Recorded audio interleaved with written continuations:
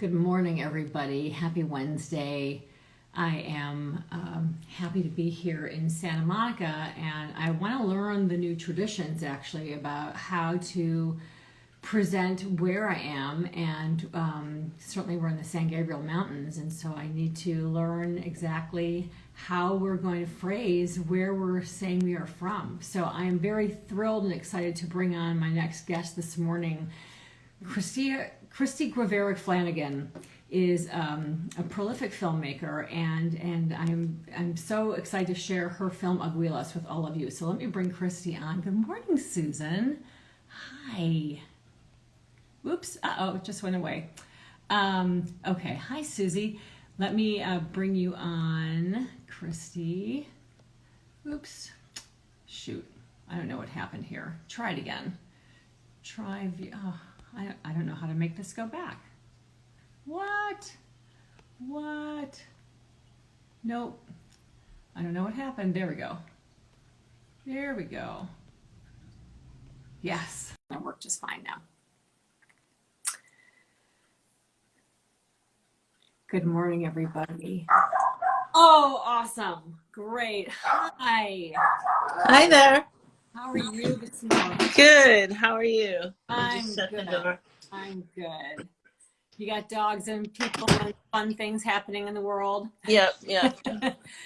Thank you for coming on this morning. Kristy, I want to introduce you to everybody that is going to be tuning into the podcast, and also for people that can't be live, and we'll post this on YouTube later so that people can rewatch and all that kind of thing. But Kristy, I met Kristy at UCLA. She's my professor of documentary film, everybody. And the entire reason that Would You Hide Me is even in existence on any level is because of this woman who is on your screen right here and right now.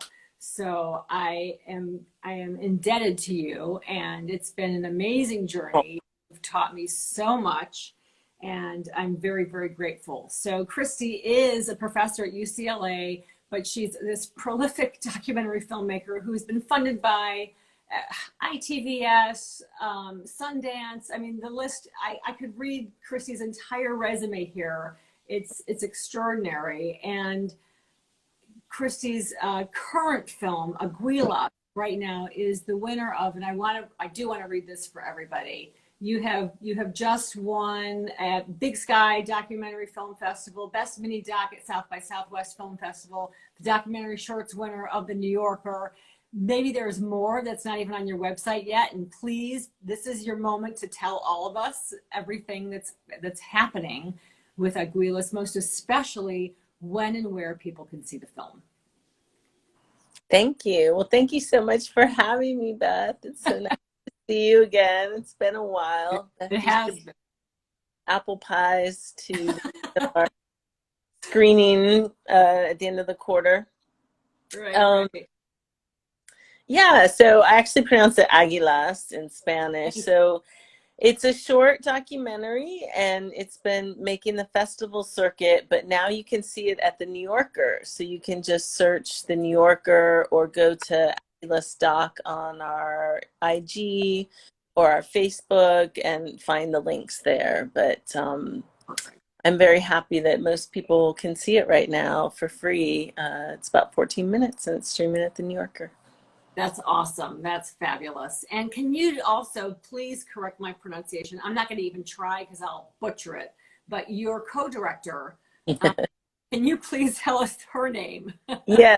So my co-director's name is Maite Zubiare. She has a nice Basque Spanish last name.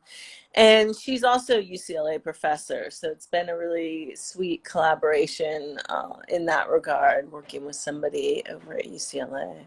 That's wonderful. So for those of you who don't know, this film that Kristy has made is about migrant workers and those that are lost in the desert, and this team of people who go out on weekends to try and search for the bones and the remains of migrants. And this idea and notion of, first of all, the struggles that they're facing, but also honoring the dead, going back to find their remains is such an honor of a life. And can you please talk about first, I mean, we'll go back even more, but what prompted you to make the film? How did you get on this journey? Do you have a personal connection to this story? I mean, how did this come about? Yeah, the film really came about through my just chatting with Maite. She was my mentor at UCLA, as Oh, I'm kind of going through the tenure process. And she talked about this concept of forensic empathy that she was writing a book about, that really stems from, how do you honor the dead whose bodies you don't have access to, and also the bodies who you don't know who they are, that are found in the desert, the bones, the remains, and the ones who are never found. So there is a large intersection of people that work in this, what she would call this area of forensic empathy, which is, the humanitarian organizations that go out and try to find migrants or help migrants who are crossing, leaving water bottles, or in this case, Águilas del Desierto, who specifically go to try to find people who've been lost, and knowing that they're likely no longer alive, people perish in the desert, and to join those remains with the family so that they have those. That doesn't actually even happen that often. But anyway, there's other people involved, like governmental entities, coroner's offices, who collect the remains and really try to piece the story together of who crossed, where did they come from, why, and ideally with the goal that their family members can be notified in some way. mm-hmm, mm-hmm. So I thought that this particular group was one that Maite, she volunteers with them. They accept volunteers. They go every month and they do these searches, and they need people. It acts just like a regular search and rescue mission. You form a line, people go out, we communicate with walkie-talkies.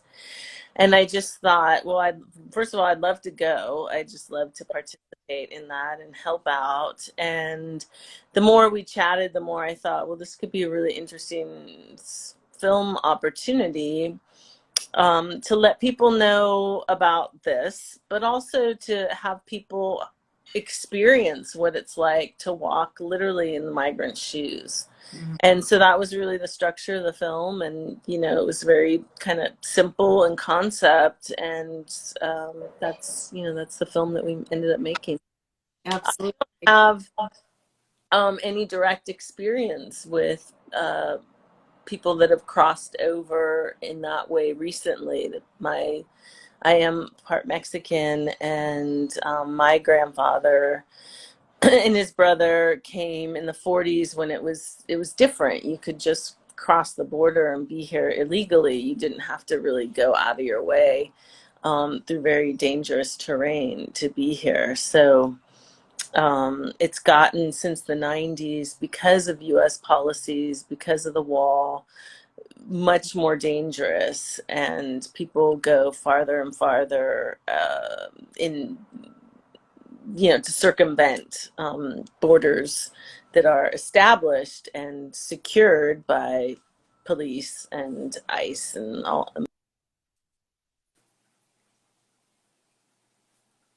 Oops, I lost.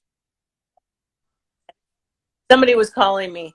Oh, okay. So can you hear me now? Yes, yes. Okay, so it's really been since the 90s this particular issue has ramped up, and people really dying in the desert has become more of a kind of terrible consequence.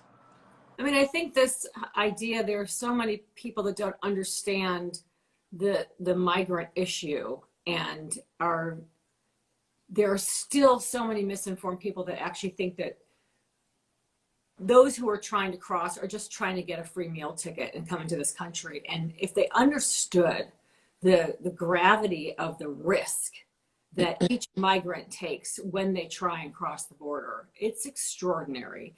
It reminds me of a book actually called Finding Dr. Q, which is about a migrant worker who tried 3 times to come over.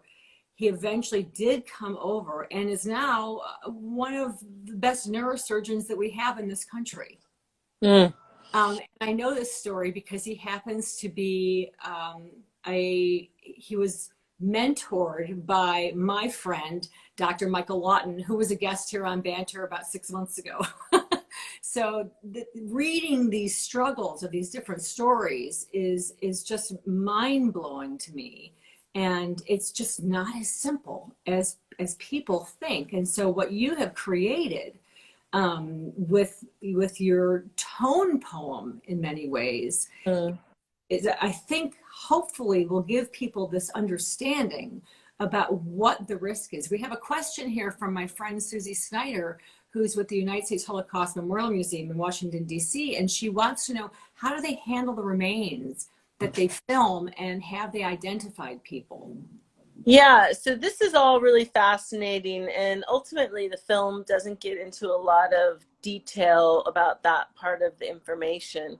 But one thing that I really was struck by with this particular group, Águilas del Desierto, is how collaborative they are with other organizations, a lot of them governmental. So they try to be very legal by the book, which especially during Trump meant that you really couldn't help in any way, not even leaving food or water out for migrants.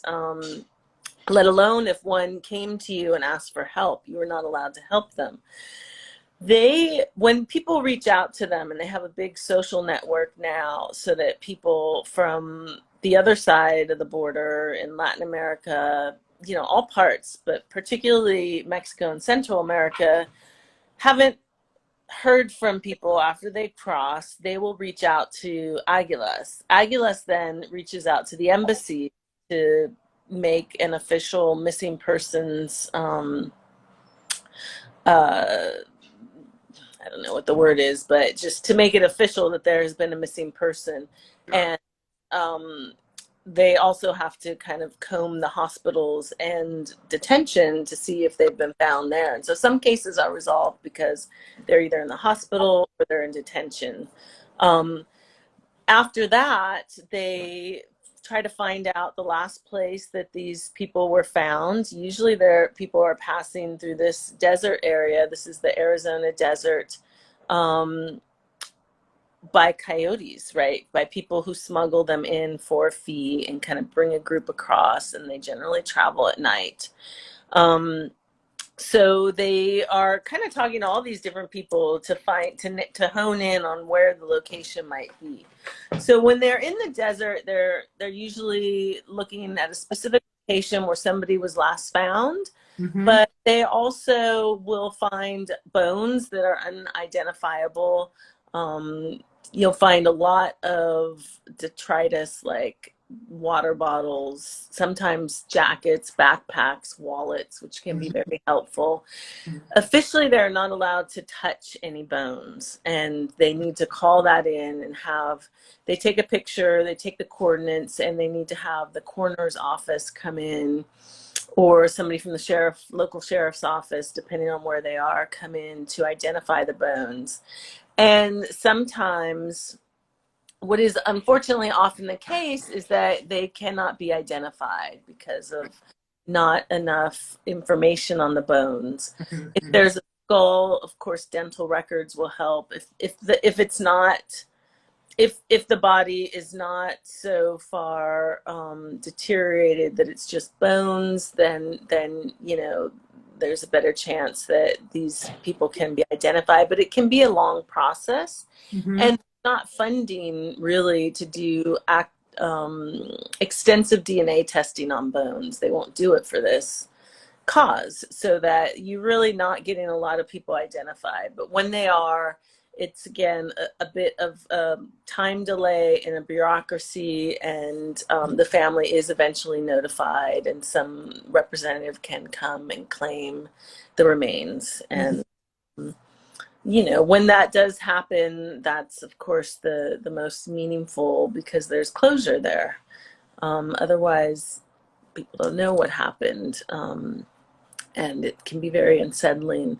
And of course, there's a rich tradition in Latin America and Central America of people looking for the disappeared, unfortunately, because of so many dictatorships that have just kind of silently exterminated people, and they are in unmarked graves or at the bottom of the sea, and these are still being exhumed in Chile and in different places today. And I think this idea of searching for the disappeared in some kind of a group, often just the family members are very, kind of humble activists, as the Aguilas are. They're, migrants themselves, they're janitors, they're gardeners, they're not like philanthropists in the traditional US way. This tradition to go and just search against all odds is one, I think, that has a rich lineage in this Latin American history. Mm-hmm, mm-hmm. It's, the film that you've created is, I almost look at it as research as activism. The research that you've had to do in order to create the film is a form of activism. And the idea that a documentary film these days, and what you taught me, is that, documentaries just don't look like what they used to look like anymore. They can be almost anything at this point.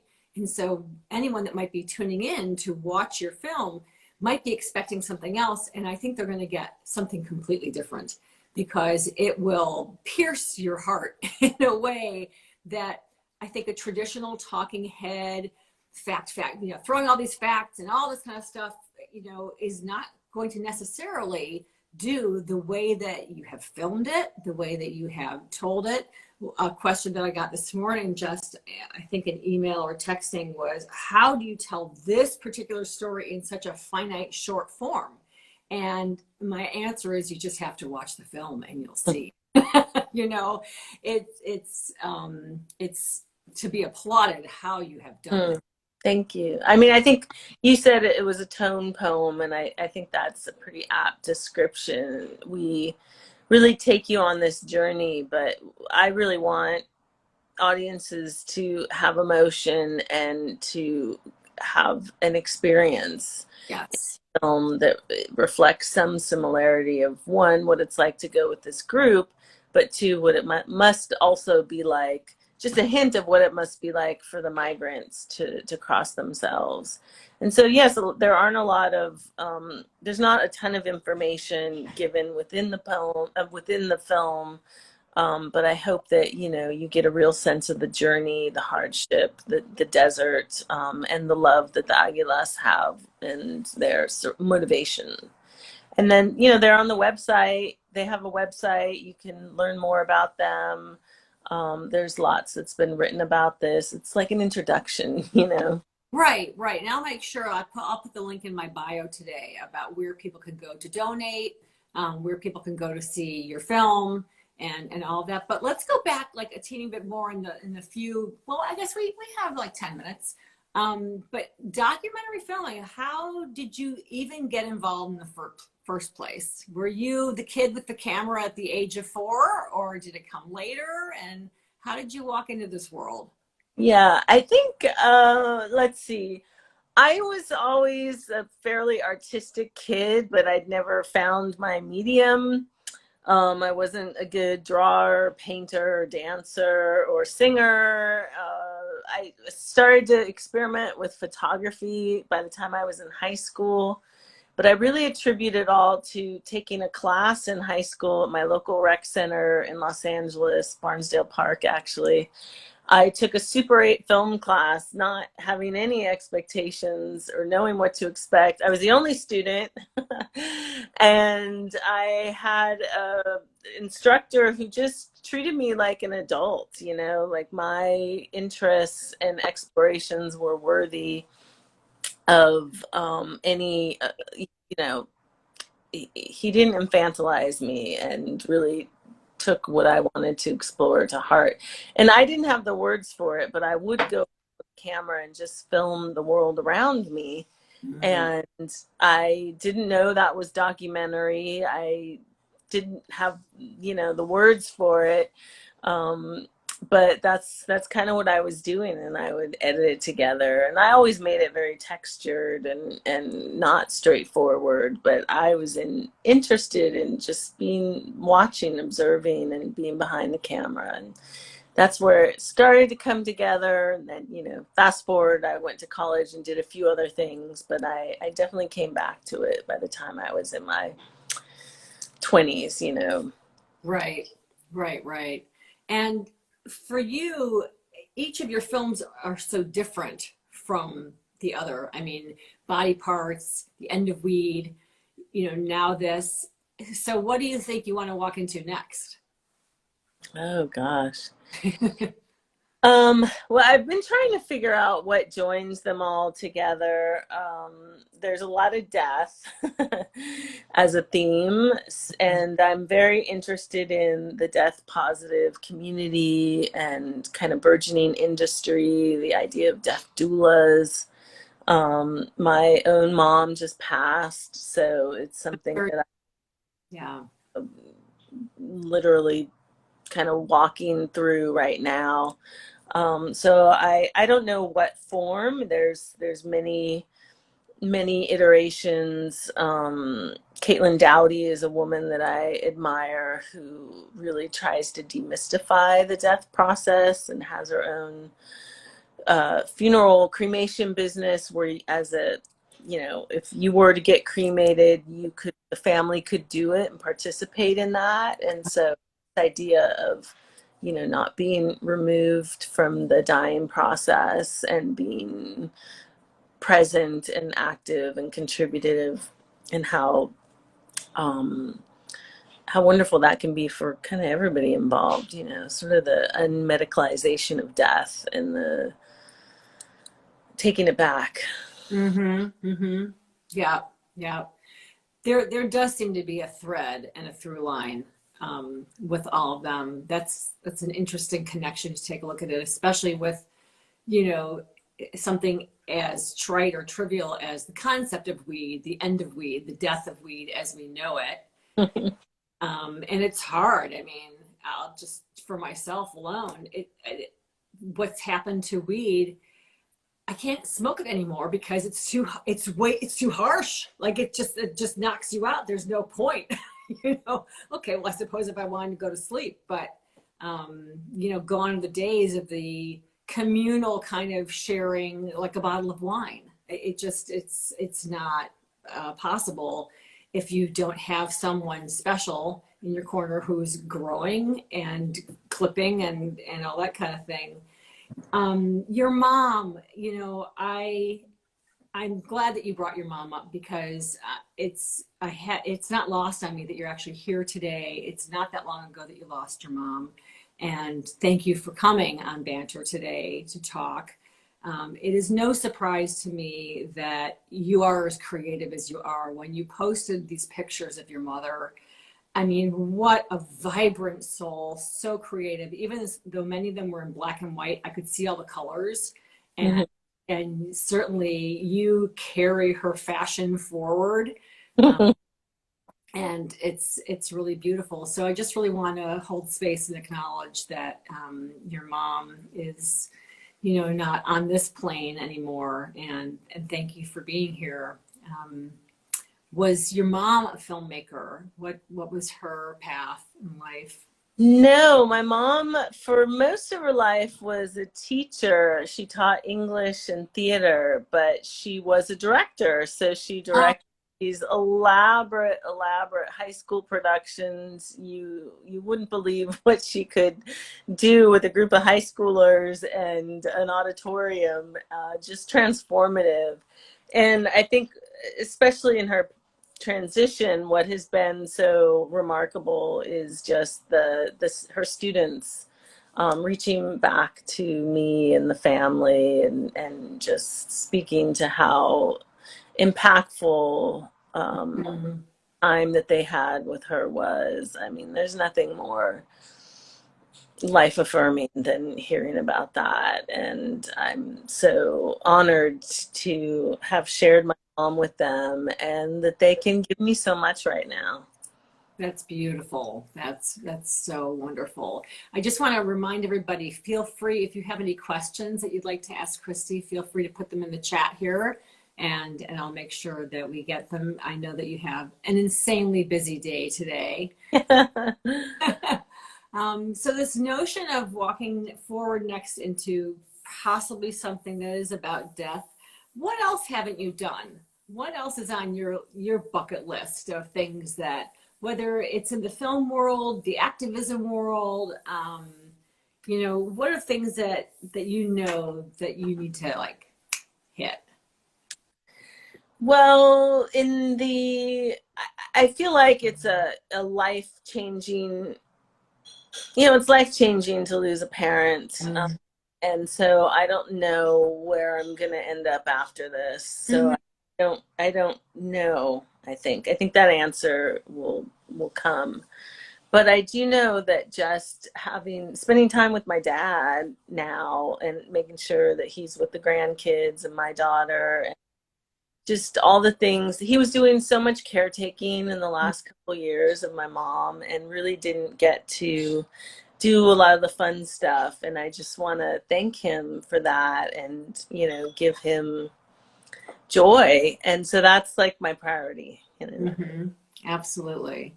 Yosemite this summer. He says he's never been. He loves fishing, but he has 3 daughters. Like, I'm sorry, none of us fish. I don't know. If anybody wants to go fishing with my dad, let me know. That's the thing I don't feel like I can give him, but. Well, as long as he hooks the worm, maybe you'll just throw the line out. Yeah. It's the worm that gets me every time. Do I really have to touch that thing? Yeah, that's so beautiful. Well, Kristy, thank you for coming on today. I can't wait for everyone to see your beautiful, beautiful work. I'm thrilled that it's on the New Yorker right now for people to view and screen. And everyone that's at UCLA that gets to have you, they are so, so lucky. And I can't wait for me to be able to share what we're doing with you at some point. But thank you very, very much. And if there are any other final thoughts or comments that you would like to say on behalf of the film, on behalf of the migrants, please feel free to take a moment. I just really would love for you to watch the film and let me know what you think. It's been all virtual right now, so I haven't had a real physical audience, and that's something that as a filmmaker I really miss. And that engagement with people and audiences is so important. It's really the reason why we do these things, because it's really not for the profit. And to look at some of what's going on around migrant issues. There's a lot happening. There's a lot of people that really are in dire situations, taking huge risks. Family members are picking one family member to cross, putting all their money, all their eggs in that basket and hoping that they can build a better life. The more you learn about it, the more humbling it is and eye-opening, and your heart opens really to the big risks that people are taking because their living situations are so untenable where they are. Absolutely. Well, thank you for doing the work that you're doing. Thank you for sharing your heart with all of us. Thank you. It's such a pleasure being here, Beth. Oh, it's so good to see you. I miss you. I miss class, and to be continued. Yes, absolutely. Okay. Have a wonderful day. You too. Bye-bye. Okay. Thanks. Bye.